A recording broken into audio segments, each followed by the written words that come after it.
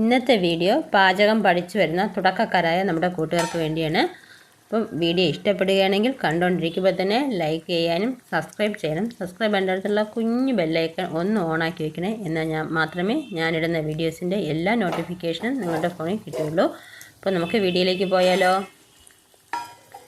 ഇതിന് വേണ്ടിയിട്ട് ഞാനൊരു ജാർ എടുത്ത് വെച്ചിട്ടുണ്ട്. നമുക്ക് ആദ്യം തന്നെ ഇതിനുള്ള കൂട്ട് തയ്യാറാക്കണം. അപ്പോൾ അതിന് വേണ്ടിയിട്ട് ഒരു 2 കൈപ്പിടിയോളം തേങ്ങ എടുത്തിട്ടുണ്ട്. തേങ്ങ ഇട്ട് കൊടുക്കാം.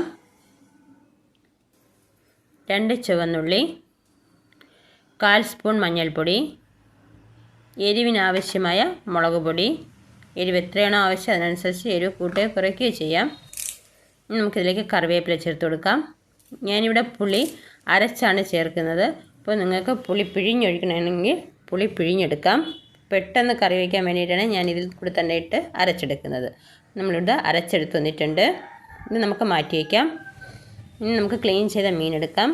ഇതിലേക്ക് എരിവിന് വേണ്ടി പച്ചമുളക് കീറിയത് ചേർത്ത് കൊടുക്കുന്നു.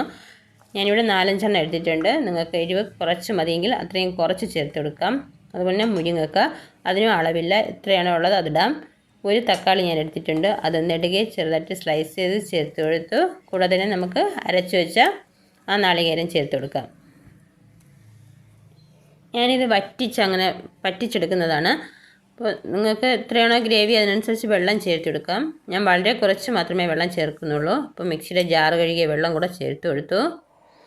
ആവശ്യത്തിന് ഉപ്പിട്ട് കൊടുക്കാം. ഇത് ഞാൻ കൈയൊക്കെ നല്ലോണം ക്ലീൻ ചെയ്തതിന് ശേഷം നമുക്ക് കൈ വെച്ച് തന്നെ ഇതൊന്ന് മിക്സ് ചെയ്തെടുക്കാം. എന്നാൽ മാത്രമേ നമ്മുടെ ഉപ്പും എല്ലാം ഒന്ന് കറക്റ്റ് ഇതായിട്ട് കിട്ടുകയുള്ളൂ, എല്ലായിടത്തും എത്തിച്ചേരുള്ളൂ.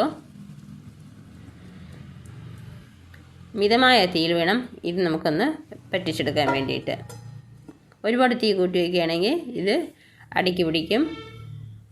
അപ്പോൾ ഞാൻ മറ്റൊരു പാനിലേക്ക് കുറച്ച് മീൻ ഇതിൽ നിന്നും മാറ്റി വെച്ചത് ഫ്രൈ ചെയ്തെടുക്കുന്നുണ്ട്, ലഞ്ച് ബോക്സിൽ കിട്ടാൻ വേണ്ടിയിട്ട്. അപ്പോൾ അതിനുവേണ്ടി ഓയിൽ ഒഴിച്ചു. ഓയിൽ ചൂടായി വരുമ്പോഴേക്കും കുറച്ച് മുളക് പൊടി ഇട്ട് കൊടുത്തു. 1/4 സ്പൂണോളം മഞ്ഞൾപ്പൊടി ഇട്ടു. ഒരു 3/4 സ്പൂണോളം ഗരം മസാല ചേർത്ത് കൊടുത്തു. ആവശ്യത്തിന് ഉപ്പിട്ട് കൊടുക്കാം. ഈ എണ്ണയിൽ കിടന്ന് നമ്മുടെ ഈ മസാലക്കൂട്ട് നല്ലോണം ഒന്ന് മൂത്ത് വരണം. എന്നാൽ കരിഞ്ഞു പോകാനും പാടില്ല. തീ കുറച്ച് വെച്ച് ഇത് മൂക്കുന്നത് വരെ ഒന്ന് വെയിറ്റ് ചെയ്യണം. മസാല മൂത്ത് നല്ല മണം വരുമ്പോഴേക്കും നമുക്കിതിലേക്ക് മീനിട്ട് കൊടുക്കാം.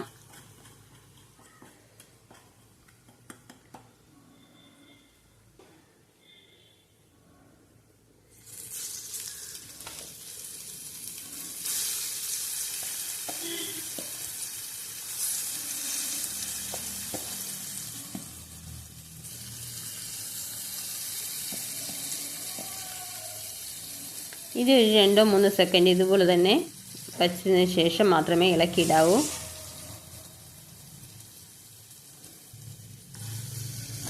ഇളക്കുമ്പോൾ മീൻ പൊടിഞ്ഞു പോകാതെ വളരെ സൂക്ഷിച്ച് വേണം ഇളക്കിയിട്ട് കൊടുക്കാൻ വേണ്ടിയിട്ട്. ഇത് മിക്സ് ചെയ്തെടുക്കാൻ മസാലയിൽ. ഇത് ഒരു സൈഡ് മൂത്ത് വരാൻ വേണ്ടി നമുക്ക് വെയിറ്റ് ചെയ്യാം.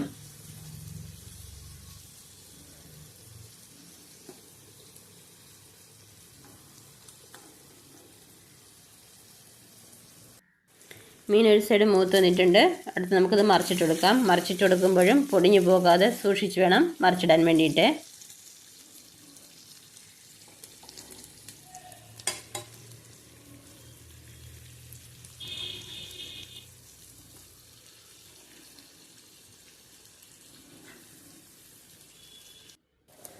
മീൻ ഫ്രൈ അവിടെ ഇരുന്ന് റെഡി ആയിക്കോളും. അപ്പോൾ നമ്മൾ കറിക്ക് വേണ്ടി വെച്ച മീനിവിടെ നല്ലോണം തിളച്ച് വന്നിട്ടുണ്ട്. ഇത് സ്പൂൺ വെച്ച് ഇളക്കാനൊന്നും പാടില്ല. ഒരു തുണി എടുത്ത് നമുക്കിതൊന്ന് ചുറ്റിച്ചാണ് എടുക്കാനുള്ളത്.